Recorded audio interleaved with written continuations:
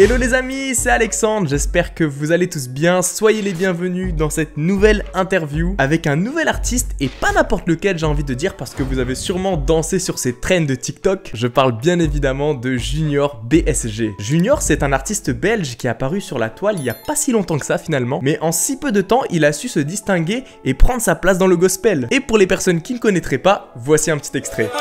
Moi j'ai Jésus à mes côtés, j'ai Jésus.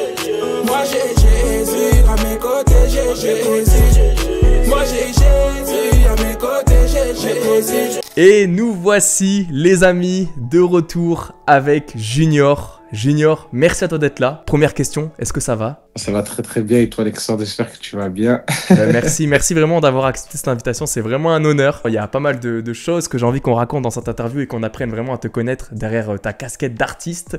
Mais tu n'es pas qu'un artiste, si ça te dérange pas, je te présente en quelques mots, est-ce que tu m'autorises déjà? Franchement j'ai hâte d'écouter ce que tu vas dire. Hein. Junior, les amis, c'est un artiste, mais pas qu'un artiste, c'est aussi un basketteur qui joue au Bruxelles Basketball. C'est 1 500 000 de vues cumulées sur ses clips vidéo sur YouTube. C'est plus de 55 000 auditeurs mensuels sur Spotify. Tu as 21 ans et tu es originaire du Congo si je me trompe pas. Est-ce que j'ai tout dit, Junior? Franchement, t'as tout dit là, franchement, 10 sur 10.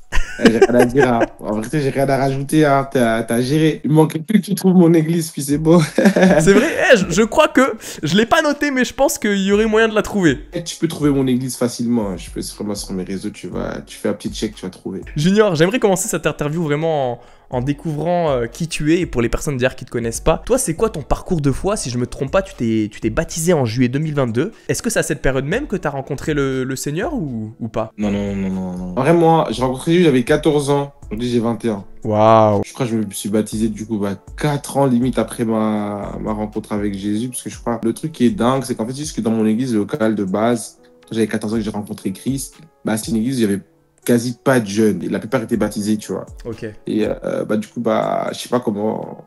Moi, tu sais, dans ma tête, ça venait pas de mettre la pression parce que je veux me baptiser. Du coup, ils devaient faire toute une organisation pour baptiser, ça se trouve quoi, une seule personne, tu vois. Ouais. Je sais qu'à un moment donné, je lui ai changé d'église parce que je sentais que c'était pas... Aller là où j'étais, c'était bien, tu vois. J'ai appris, j'ai connu les bases. Mais c'était pas là que Dieu vraiment voulait peut-être me faire... plus comprendre comment je devais être en tant que son enfant, tu vois. Et du coup, je suis tombé sur une église de jeunes, beaucoup plus jeunes. Après, voilà, aujourd'hui, l'église a grandi, du coup, ça tend de moins en moins vers une église de jeunes, du coup. Ok. C'est l'église de FBM, du coup, encadrée par le prophète Romain Lodica. Je suis baptisé là, à l'âge de 18 ans, ouais. Trop bien. Pourtant, je sais pas que j'ai pas eu de phase où je suis retombé dans le monde ou quoi. Non. Ok. C'est juste que il y avait personne pour me baptiser. Je voulais pas me faire baptiser n'importe où, tu vois. Toi, est-ce que tu as du coup une éducation chrétienne? À quel moment vraiment tu as eu ce switch à 14 ans? Qu'est-ce qui se passe? Est-ce que tu as un souvenir? En fait, j'ai un souvenir de ce qui s'est passé. Que je devienne la Christ, mais j'ai pas de souvenir genre du pourquoi. Je savais que la vie que je menais, c'était pas une vie chrétienne, j'ai envie de dire, tu vois. Ouais. Et j'ai grandi dans une famille chrétienne, du coup, maman elle est à l'église, en soi, depuis que je suis petit, je vais à l'église, quoi.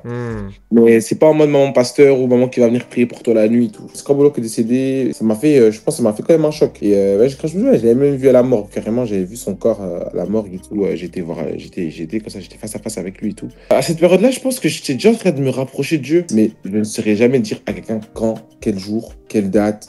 J'ai aucun souvenir de ça. Tout ce que je sais, c'est que j'avais été touché par une musique, du coup, chrétienne un jour, pendant cette période-là de deuil. J'ai ressenti la présence de Dieu. Ok. En fait, moi, je sais que c'est ça qui s'est passé. Je sais que j'ai donné ma vie à Jésus parce que j'ai expérimenté la présence de Dieu. Moi, au début, je pleurais, mais je pleurais. Parfois, je pensais que je pleurais parce que mon oncle était mort ou quoi, tu vois. Mais je pense que je pleurais pas pour ça, je pleurais vraiment parce qu'il y avait cette présence qui me faisait du bien. Et quand j'ai compris que c'était Dieu, c'est de là que ma vie a changé, du jour au lendemain. Je me sais que, en vrai, c'est bizarre, mais c'était comme si pendant un laps de temps, j'étais dans cette phase où j'étais en contact avec cette présence. Et du coup, Dieu m'a clairement fait comprendre que je devais vivre pour lui. Incroyable, ça me rappelle un peu mon histoire. Je sais que j'ai vécu un peu un truc similaire. Bon, j'avais pas donné ma vie à Christ après, mais c'est un peu par un décès aussi que j'ai senti une présence là, et c'est que par après que j'ai compris que c'était Dieu. Mais ouais, ça me fait penser un peu à ça. Merci en tout cas pour ton témoignage, Junior. En tout cas, t'as grandi pas dans le quartier, mais t'as grandi à l'église. Pour reprendre. À l'église, mais avant, j'étais dans le quartier plus jeune. Aujourd'hui, tu es principalement ici pour ta casquette d'artiste. Est-ce que tu as toujours fait de la musique ou est-ce que vraiment tu as fait de la musique après une fois que tu es venu à Christ à tes 14 ans? J'ai toujours su que j'avais chanté depuis que je suis petit, depuis que j'ai 6 ans, 5-6 ans, je savais que j'avais chanté. Parce que je me souviens que parfois avec ma soeur, on faisait des tests, on disait ouais, Junior, tu vas là The Voice Kids et tout, parce qu'on voyait en France, tu vois. Mes soeurs me disaient, toi, si tu vas, je pense que tu peux y aller, tu peux gagner et tout. Moi, je dis ouais et tout. On faisait des tests, on chantait dans la chambre, on rigolait, tu vois. Adèle et tout. Moi, j'étais trop un fan des Katy Perry. Je sais pas pourquoi j'aimais bien les chansons. Tu sais, quand t'es un gosse, tu vois, je reproduisais leurs chansons. Et voilà. Et puis après, j'ai eu une chorale, j'étais dans une chorale à l'école. Et on faisait des spectacles chaque fin d'année. Ouais. Et du coup, c'était bien parce que parfois, ça nous permettait de pas aller en cours. Du coup, j'ai directement été. Je me suis dit, on avait une semaine où on n'avait pas cours, on avait genre 0 cours. C'est là que j'ai commencé à rapper, je pense. Une fois, la prof m'a dit de faire un son de rap de Euroslam, La Terre est ronde, un truc comme ça. Et j'ai chanté ça devant toute l'école. Et tout le monde était choqué. Ils se disaient, c'est qui ce petit qui est là? Il vient, il débite. Et puis, après, avec le temps, parfois avec mes potes, tu vois, pour rigoler, des petits sons de rap, j'ai jamais imaginé que j'allais faire une carrière de musique. Genre, c'était jamais dans ma vie. Aujourd'hui, on y est. Eh, carrément. Et c'est quoi le déclic? Genre, à quel moment tu t'es dit, vas-y, je vais faire de la musique pour Chris, quoi? Mais en plus, ce qui est dingue, c'est que quand j'ai donné ma vie à Jésus, je crois que je voulais jamais faire de la musique. Ok. Ça arrivait que après? Ouais, c'est après. 4 ans est passé pour que je fasse... Après, je chantais. Mais moi, c'était vraiment de l'adoration. Je ne faisais pas d'urbain. Je dirais que l'adoration, pour moi, c'était plus... ma manière de témoigner de Dieu, de montrer aux gens que Jésus m'a changé, m'a transformé. Dernière année seconde, du coup de secondaire, du coup c'est avant le bac quoi. J'avais fait un son, du coup c'est mon premier son que j'ai sorti, c'est Amina. Mon beau-frère il m'a mis la corde au cou, hein. Il m'a dit, c'était une maquette. Hein. Il m'a dit ça c'est trop fort et tout, tu dois sortir ça. Moi j'ai dit non, t'es fou. Ouais. Et il m'a dit non je t'ai déjà booké une session. Ouais. Tu vas aller au studio. Waouh. Tu vas sortir ton son. Moi, je suis en mode, mais t'es malade. Moi, au studio, qu'est-ce que je vais faire? Je sais pas chanter. Pour finir le son, on l'a sorti, quoi. Waouh, trop bien. Donc, c'est les débuts de Junior BSG en tant que chanteur chrétien, quoi. Ouais, c'est ça. Puis j'avais mis sur Internet, n'en parlons même pas, lors des réactions sur les réseaux. Puis ma grande sœur, elle m'a aussi beaucoup aidé. Hein. Ma grande sœur à moi m'a beaucoup aidé. Yes, parce que tu le disais en off, mais t'as une grande famille, en fait.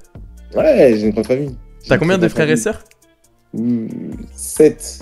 Waouh. Bah du coup, tu parlais des réseaux sociaux. Moi, je t'ai connu avec le titre Kolobaté, qui était dans mes recommandations, et j'ai vraiment accroché, que ce soit avec ta chanson, avec ta mélodie. C'est un de tes clips les plus visionnés, si je me trompe pas. Et tu as également créé des trends sur TikTok et tout. Est-ce que toi, tu t'attendais à un tel engouement autour de ta personne? Au grand jamais, genre. Franchement, ça. T'as toujours ce truc au fond de toi qui te dit qu'un jour ça va venir, mais non. Tu postes sur les réseaux de temps en temps et comment ça se passe concrètement? Genre, ça monte petit à petit? Il y a des gens qui te supportent? Enfin, comment ça se passe? Amina Lele, c'était très très communautaire.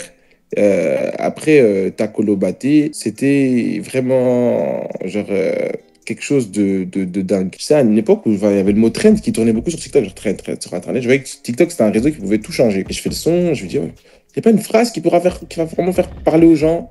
Et c'est là que ça me dit, laisse-moi te raconter toute la vérité. Je me suis dit, mais ça vraiment, je peux parler aux gens. Je me suis dit, je sais pas, cette phrase, elle est venue comme ça. Je me suis dit, mais ça vraiment. Non, en vrai, dingue. Et ça va permettre aux gens de témoigner de quelque chose. En fait, je me suis dit, les TikTok, c'est quoi? C'est des gens qui veulent parler de quelque chose. Voilà. Si je peux faire un son où les gens peuvent se sentir concernés sans que ce soit attaché à moi, mais attaché à tout le monde, bah, automatiquement, ça va aller tout seul. Ça tourne. Et je vais sur YouTube, je vois Speed Up, Kolobaté. Je me dis, je vois le son rapide. Je dis, ah ouais, ok. Je prends mon téléphone, je fais une petite vidéo. Et voilà, vitesse. 10 vidéos, 20 vidéos, 30, 50, 100, 1000, 2000. Je dis, ouais, j'ai 3000, 100 000 vues, 100 000 streams, ça va comme ça. Paf, paf, paf. Je dis, mais c'est dingue. En gros, juste la version accélérée, c'est ce qui a accéléré ta carrière pour le coup. La version accélérée a accéléré ma carrière. Incroyable. T'as sorti le 27 décembre 2024 ta première mixtape intitulée Une jeunesse pour Jésus, avec 18 morceaux et plusieurs featuring de qualité. J'aurais plusieurs questions à te poser sur ce projet, mais premièrement, pourquoi le titre Une jeunesse pour Jésus? J'imagine que le nom n'a pas été choisi au hasard. Donc, pourquoi? Je savais que c'était un projet qui allait parler à la jeunesse. Et c'était pour montrer à la jeunesse que le but de notre vie, c'est d'être consacré à Dieu. C'est pas la jeunesse pour Jésus, mais c'est plus en mode une jeunesse, du coup, ta jeunesse pour Dieu, genre. Une jeunesse consacrée à Jésus. D'ailleurs, je me pose la question, et je sais qu'il y a beaucoup d'artistes qui disent parfois qu'ils font de la musique pas spécialement pour les chrétiens, mais pour le public extérieur. Toi, c'est quoi ton avis sur la question? Toi, ta musique, elle est pour qui? Elle est dédiée à qui? C'est vrai que si t'écoutes mes sons, Je dirais que c'est pas quelqu'un qui n'est pas chrétien va pas forcément chercher direct, tu vois. Il y a plus d'autres artistes références, tu vois. Mais maintenant, j'évangélise, j'essaie d'avoir un message assez simple. Je vais pas avoir un message trop précis ou trop ecclésiastique. Parce que sinon, bah justement, ça parfois, quelqu'un peut pas comprendre un message qui pourra faire en sorte qu'un non-croyant, s'il peut écouter et se dire, ah ouais, non. Voilà. Mais voilà, je fais de la musique pour Dieu, la meilleure chose à faire, parce que c'est un don qu'il nous a donné, bah, autant lui rendre. Si tu veux écouter, il y a beaucoup de non-chrétiens et de musulmans qui écoutent mes musiques. Trop bon. Ils écoutent, ils aiment bien, et donc, gloire à Dieu. Hein. Plus de 100 000 streams en 7 jours, c'est très prometteur et encourageant. Tu disais dans un de tes posts sur les réseaux que début 2024, c'était compliqué pour toi et que tu avais même un peu lâché la musique à cette période. Qu'est-ce que ça signifie pour toi, cette première semaine réussite du projet? Ah bah c'était dingue. Ce qui est fou, c'est que ce projet, je l'ai pas fait en beaucoup de temps. Je travaillais déjà dessus un peu avant, sans me rendre compte que je travaillais pour ce projet, du coup. Je faisais des sons, genre, je sais pas, il y a un moment, je faisais beaucoup de chansons. Je me suis posé, j'ai dit, j'ai eu un invité, c'était Noah. À le son avec moi, j'ai Jésus à mes côtés et tout. Ouais. Et c'était n'importe quoi, genre sur Instagram. Je reste toujours choqué de cette publication. Je vois, je pense, en 1 heure, plus de 1000 likes, puis n'en parlons pas du reste de la journée. Hein. Tu reçois des messages, les gens, ils aiment bien. Puis voilà, t'as Frère KG, puis t'as encore d'autres. Puis je me suis dit, bon, bah, comme on est là, en fait, pour faire une mixtape qui a pris tout le monde. À cette même période-là, je commence un peu à rentrer en contact avec Neri, tout parce qu'il est en France et tout. Je dis, ah, vas-y, Neri, ça te dit pas? Ah, Junior, vas-y, je suis chaud. En fait, je recevais que des feux verts. Et tu sais, dans la vie, parfois, quand tu reçois trop de feux verts, bah, c'est qu'il y a trop de verts. Du coup, bah, c'est Dieu. Du coup, j'ai pris tout le monde. Parce que savoir, j'ai pas forcément une grande équipe. J'ai pas d'équipe. Je travaille un peu tout seul, avec quelques amis qui m'aident. Et ce qui s'est passé, c'est qu'en fait, le projet n'était pas disponible sur YouTube en Afrique. Et l'Afrique, ils écoutent pas la musique sur Spotify forcément, pas tout. Parce que tu vois, il y a des facteurs, il faut des abonnements, enfin, donc ils sont plus sur YouTube. Pendant plus de 10 jours, le projet n'est pas disponible sur YouTube. Et en fait, j'ai dû reposter le projet sur YouTube. Du coup, aujourd'hui, ça va, il y a eu de l'engouement, genre quand même, enfin, les gens, ils ont pu aller écouter maintenant, mais dis-toi que ça aurait changé quand même quelque chose. Bien sûr, c'est sûr, un démarrage, c'est ça aurait changé la donne, ça aurait permis à plusieurs autres personnes d'écouter aussi plus simplement le projet. Les chiffres, enfin, à la fin... c'est bien, c'est une bonne chose. Je pense que ça peut aussi démontrer la progression de Dieu, mais ça peut aussi être très trompeur. Et ça peut aussi te faire reposer sur une grâce. Parce que moi, justement, je suis le même artiste qu'hier. Je dis qu'aujourd'hui, j'ai un peu plus d'exposition, mais ça ne veut pas dire que le mois de hier, je le dirais en mode que ce que tu fais, c'est très bien. Yes. Ça dépend pas du nombre de gens qui te regardent. C'est pas le nombre de vues qui définit ton identité, quoi. Bah, j'imagine que tu as eu des retours sur ton projet, que ce soit de tes proches, de ta communauté. Qu'est-ce qu'ils en disent? Franchement, ils aiment beaucoup. Moi, ce qui m'a le plus touché, c'est les proches. Hein, parce que moi, j'ai une famille chrétienne, mais c'est pas forcément que toute ma famille affiche leur foi sur Internet ou sur les réseaux. Et du coup, voir ma famille qui partage, voir ma famille qui valide, c'est aussi quelque chose de très, très, très touchant. J'essaie de faire plusieurs tournages pour en fait te redonner une seconde vie encore. Mais la plupart est bénie. Des gens qui m'ont carrément dit qu'ils ont arrêté la musique mondaine à cause de ça et tout. Je sais pas comment vous avez fait pour arrêter la musique mondaine à cause de mes chansons, mais en vrai, je sais pas, c'est Dieu, hein, c'est pas moi. Mais bien sûr, amen. C'est trop bon. Ça veut dire qu'il y a de la qualité et les gens, tu vois, ils sont prêts dès qu'il y a du contenu. En fait, je pense qu'on est arrivé à un moment où il y a... Dans l'industrie de la musique chrétienne, il y a de quoi écouter. Et même toi, tu peux le voir, j'imagine, avec ton évolution musicale. Peut-être que ton son d'il y a 5 ans, c'est plus le même que celui que tu as proposé récemment. Non. Et je pense que c'est ça aussi qui fait du bien, quoi. Plus il y a de quoi consommer, plus bah, tu peux aussi te satisfaire. Hein. Et du coup, ma petite question, combien de temps vraiment t'as mis pour préparer tous ces titres? Parce que je rappelle, il y en a 18. J'imagine que ça n'a pas été préparé en quelques jours. Mais de ce que tu me disais un peu avant, j'ai l'impression que... En fait, c'était pas si long que ça. T'as une idée de timing? Je pense les heures, c'est pas beaucoup. Par exemple, le son avec KG Tiraou, on l'a fait, je pense, en 3 heures. Le son avec Imra, incroyable. Ah, mais c'est incroyable. Ouais, voilà, 3 heures. Waouh. 3 ou 4 heures. Neri, de 3 heures aussi. Incroyable. En fait, la moyenne d'heure de chaque son, c'est de 3 heures. Et t'as des sons, ils ont été faits en 1 heure. Fin septembre, début novembre, j'étais déjà fini. J'avais tous les sons. Mais je dirais 3 mois, mais je suis même pas sûr. Je pense que c'est encore moins. Moi, j'aime bien prendre plus de temps pour la promo. Que pour la création. La création, j'aime pas prendre beaucoup de temps, franchement, ouais. Dans le projet, on retrouve des artistes comme Imra, Rema Boy, Neri, Kunguinho, JKL, Noah Mungogo et j'en passe parce que là, j'en ai dit que la moitié. On voit que t'aimes bien les featuring. Comment est-ce que tu les as fait, tes choix? Est-ce que c'est plus du feeling? Est-ce que quand t'entendais une instrumentale, tu te disais ben là, je verrais bien cet artiste-là? J'ai choisi comme ça. Par exemple, Neri, bien. Ah, t'aimerais qu'on fasse quoi? Ah, KG, t'aimerais qu'on fasse quoi? Tu penses qu'on devrait plus faire quoi? En fait, j'ai pas imposé ma vision à une chanson aussi. Hein. Je pense qu'on choisissait toujours tous ensemble. Je proposais plusieurs choses. En fonction de ce qu'ils disaient, je m'adaptais. En fait, j'ai choisi en fonction des contacts que j'avais.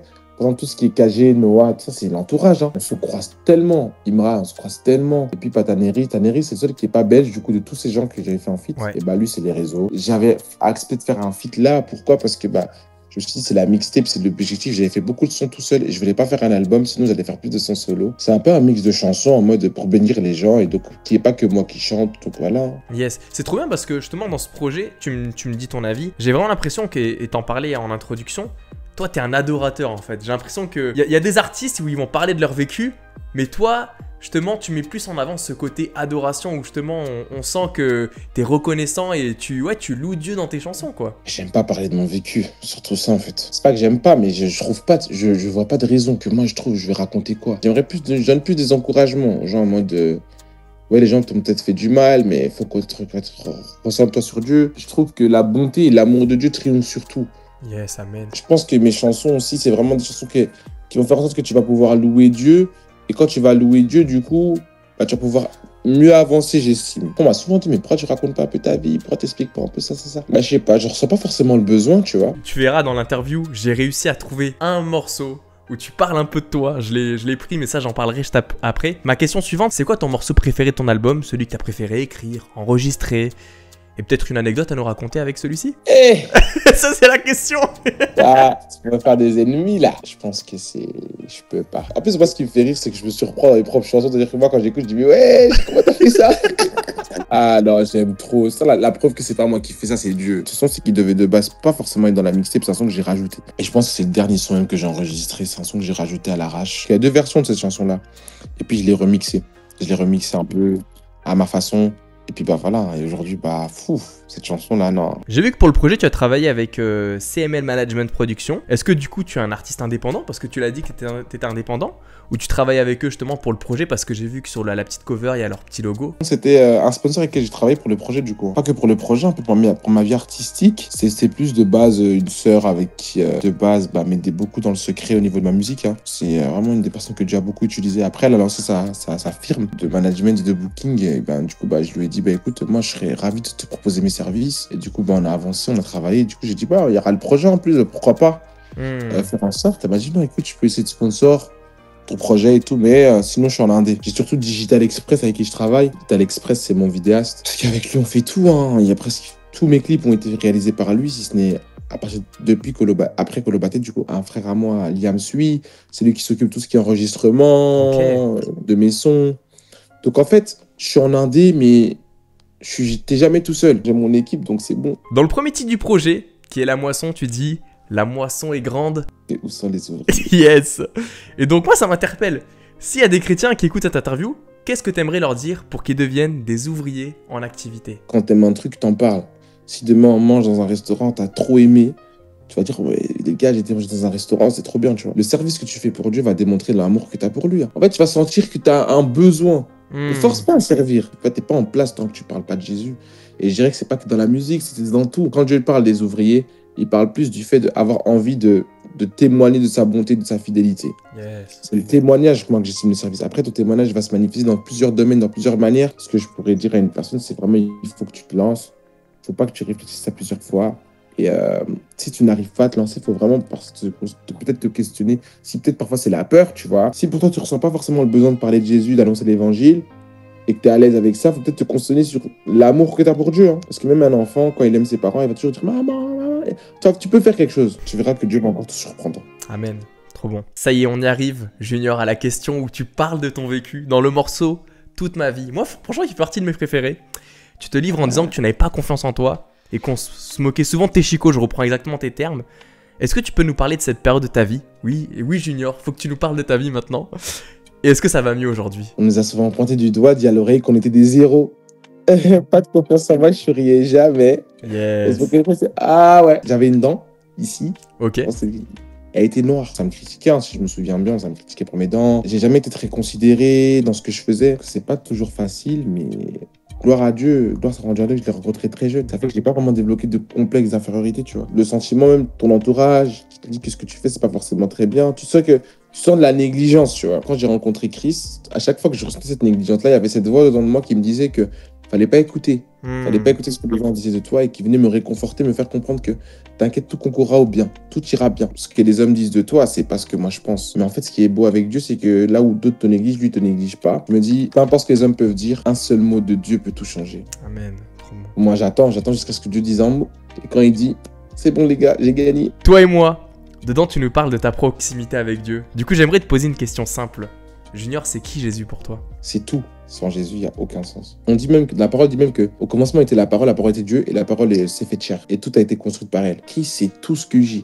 Et si tu m'enlèves Dieu, tu m'enlèves tout. Moi, je suis quelqu'un qui estime que tout ce que j'ai dépend aussi de ma proximité avec Dieu. Et des talents que Dieu t'ait donné ou pas, c'est dans ta vie. Dieu va toujours te donner. C'est comme le fait de pouvoir marcher, pouvoir parler. Après, il y en a qui ne peuvent pas, tu vois, mais c'est un truc que Dieu ne va pas retirer à un homme comme ça, tu vois. C'est pas parce que t'es chrétien ou que t'es pas chrétien que tu vas pas dormir et tu vas te réveiller, tu vois. C'est pas ça. Mais je pense qu'il y a certaines grâces qui viennent en fait que par Christ. Si je me lève, c'est pour lui. Si je dors, c'est pour lui. Si mon âme doit être comblée que par lui et toute mon âme, tous mes yeux, toute ma concentration doit lui être accordée. C'est mon tout.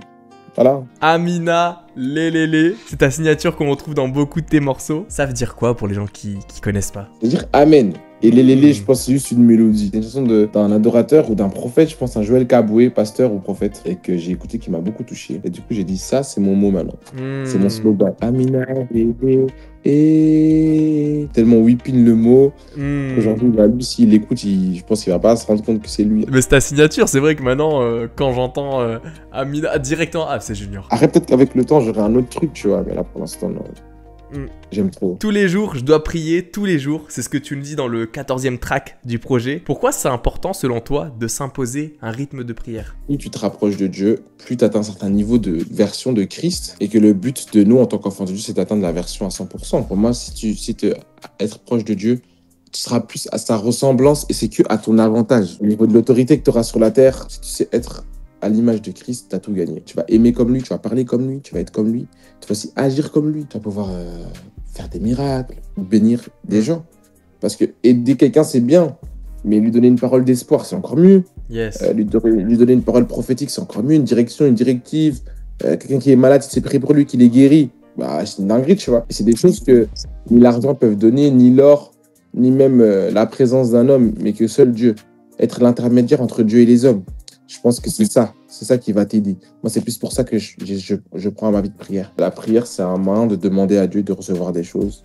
Et je pense que plus tu es proche de lui aussi, plus le plan de Dieu pour ta vie se manifeste. Si je me trompe pas, tu as un groupe qui est appelé Génération Choisie. Est-ce que tu peux nous en parler? C'est quoi le but de celui-ci? Ah, le but de ce groupe, c'est une vision que j'ai reçue de la part de Dieu, je pense. Hein. Parce qu'en fait, tu veux, mes clips de base, j'ai invité toujours tout le monde. Il y a beaucoup de gens, les gens ils s'amusent. En fait, ils viennent. Et en fait, j'ai vu qu'à un moment donné, il y avait toujours le même. Il y avait beaucoup de personnes qui venaient. Puis j'ai senti dans mon cœur que je devais en faire un groupe. C'est un groupe de jeunes.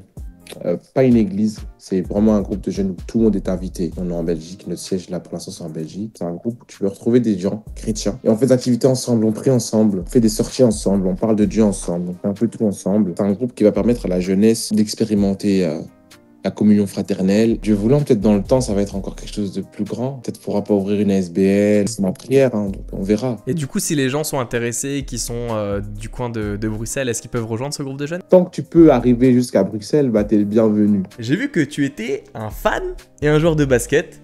Ça supporte quelle équipe? Les Lakers. Oh. LeBron James. Classique. Moi, je supporte les Lakers parce qu'il y a LeBron. S'il n'y a pas LeBron, je pense que quand LeBron va arrêter de jouer, j'arrêterai de regarder le basket. Ça dépend. Peut-être Anthony Edwards, Timberwolves. Peut-être pour lui, je regarderai encore, mais sinon, j'ai plus d'intérêt à regarder le basket. Du coup, t'es plus un joueur qu'un consommateur? Ouais. C'est vrai? Moi, je ne consomme pas hein, le basket. Hein. Même ce qui se passe dans mon propre pays, je suis pas trop fan, je regarde pas. Genre, moi, je viens, je joue, le reste, ça m'intéresse pas. Elle t'est venue comment, cette passion du basket? Bah, petit, hein, c'est familial. Hein. Mes frères et sœurs étaient dedans. Hein. J'ai juste suivi. Hein. J'ai commencé à jouer, j'ai vu que j'étais très fort. Et du coup, j'ai continué. Et aujourd'hui, bah voilà, on frôle les milieux professionnels en espérant faire une belle petite carrière et puis après, bah continuer dans l'œuvre de Dieu. Je m'y connais pas trop, mais c'est un bon club alors là où tu joues? C'est un club professionnel, effectivement, première division. C'est un club, tu peux faire des tournées européennes aussi quand tu t'en sors bien, quand tu fais une bonne saison. Après, moi, j'ai une statut particulier parce que je suis encore jeune. Du coup, j'ai deux équipes en même temps. Une autre équipe où je peux avoir un peu plus de temps de jeu et là où je suis pour vraiment plus me développer en tant que joueur, hein. Voilà. Et vu que tu es sportif et joueur de basket, j'en profite pour te poser cette question parce que c'est une question qui peut se poser. Est-ce que selon toi on peut allier sport et foi? Ouais. Moi, je suis conscient de ça. Si un jour, vraiment, ça fonctionne très bien dans le basket, comment est-ce que j'en vais réagir après? Je prie toujours avant mes matchs, j'essaie de prier, même pendant que je joue, parfois je peux prier, parfois je prie, je parle à des gens, ils voient que je prie. Parfois, je fais même la croix, parfois je le fais en exprès pour montrer aussi aux hommes mon appartenance à Dieu. Pas forcément parce que je crois qu'il y a une puissance derrière le fait de faire la croix, non. Parce que quand je fais ça, des gens peuvent, dans la salle, peuvent attester qu'il y a un chrétien. Ça peut aussi réconforter quelqu'un, ça peut toucher quelqu'un, ça peut aussi motiver quelqu'un. Donc, ouais. Hein. Je profite de tes origines congolaises, Junior, sur ce qui se passe actuellement au Congo. C'est vraiment une situation qui est pas facile. Qu'est-ce que tu aurais envie de nous dire pour nous sensibiliser? Gloire à Dieu, on a une appartenance céleste. On n'est pas que congolais, on est aussi enfants du royaume des dieux. C'est pas forcément Dieu, mais c'est les hommes qui sont parfois aussi très mauvais. Faut voir comment ça se passe. Il faut savoir aussi pardonner ces gens. Tu vois. Je ne jette pas pour la haine, je jette pour la justice, mais pas pour la haine. Mais je me dis surtout que Dieu fasse justice et que Dieu puisse vraiment permettre que mon pays puisse s'en sortir. Après, c'est des choses qui ont été déjà annoncées dans la Bible. Hein. C'est ainsi que les territoires ont été choisis pour que ça se passe comme ça. Mais à mieux de juste adorer Dieu et dire que il y a une solution, elle s'appelle Jésus. Hein. Yes, amen. C'est pas parce qu'on parle de Dieu qu'on peut pas parler de nos origines aussi. Si je peux, je cale un petit mot en lingala ou quoi, ça fait pas de mal. Bah du coup, il y a quoi dans la playlist de Junior? Là, c'est la question qui va choquer les gens. J'écoute des instrumentales de prière. Des instrumentales de prière? Ah ouais, j'écoute des instrumentales de prière, genre Theophilus Sunday. Après, deuxième position, je pense que c'est David Oquita. J'ai eu l'occasion de chanter avec lui, ok, mais j'aime trop ce qu'il fait. Genre, j'aime trop. D'ailleurs, ce soir, je pense, il sort un nouveau psaume 4, je pense. Ah, c'est vrai, oui, ouais. À l'heure où on parle, c'est vrai, ouais. J'ai encore 4 nouvelles chansons pour ma playlist. Là, à un moment donné, j'écoutais beaucoup Conguinho. Quand elle avait sorti son Evandril, j'ai beaucoup aimé le projet Evandril. Yes, Evandril, ouais. Est-ce qu'on peut s'attendre à un son genre louange de ta part? Louange en mode vraiment adoration à fond, genre... Yes, vraiment à fond, adoration, pas de beat. Ouais. Je pense qu'on peut. Incroyable. Hâte d'entendre ça. Bah du coup, ça m'amène à cette dernière question, Junior. C'est quoi tes projets pour la suite? Je sais que je vais sortir des chansons, mais je suis en pleine réflexion par rapport à ça du coup. En tout cas, ce qui est sûr, c'est que je vais être actif. J'ai envie d'être actif. Après, aujourd'hui, je parle un peu plus de Dieu, même sur mes réseaux, même juste en parler. Parler de lui, pas seulement par la musique, tu vois, même par des édifications et tout. J'espère un album, mon propre album. Maintenant, le temps ou le calibre, je sais pas encore, du coup, je verrai. Et puis, il y a beaucoup de tournages qui arrivent, du coup, des clips par-ci, par-là, du coup, voilà. On serait quand même un peu servi. Donc, s'il y a un album qui arrive, j'imagine que du coup, il y aura plus de sons solo alors? C'est clair, hein. Est-ce qu'il y aura même des feats? C'est ça la question qu'il faut se poser. En tout cas, les amis, merci d'avoir suivi cette interview. N'hésitez pas à l'écouter. Le premier projet de Junior qui est Une jeunesse pour Jésus. Vraiment, il y a vraiment de tout. C'est vraiment bon. N'hésitez pas à l'écouter. 18 titres. C'est incroyable. Vous serez servi. Vous avez de quoi rajouter des sons dans votre playlist. En tout cas, voilà, moi j'ai trop kiffé. Merci à toi, Junior, encore d'avoir accepté cette interview. Merci à toi aussi, Alexandre. En tout cas, c'est super, c'est génial et je te souhaite le meilleur. Merci à toi, Junior. Je te souhaite aussi également le meilleur dans tout ce que tu vas entreprendre. Écoutez, les amis, on vous dit à très vite et à la prochaine. À la prochaine. Bye bye. Béni, les gars. Mon nom est écrit tout là-haut. Dans mon cœur, il n'y a que toi. Dans mon cœur, que Yeshua. Dans mon cœur, il n'y a que toi.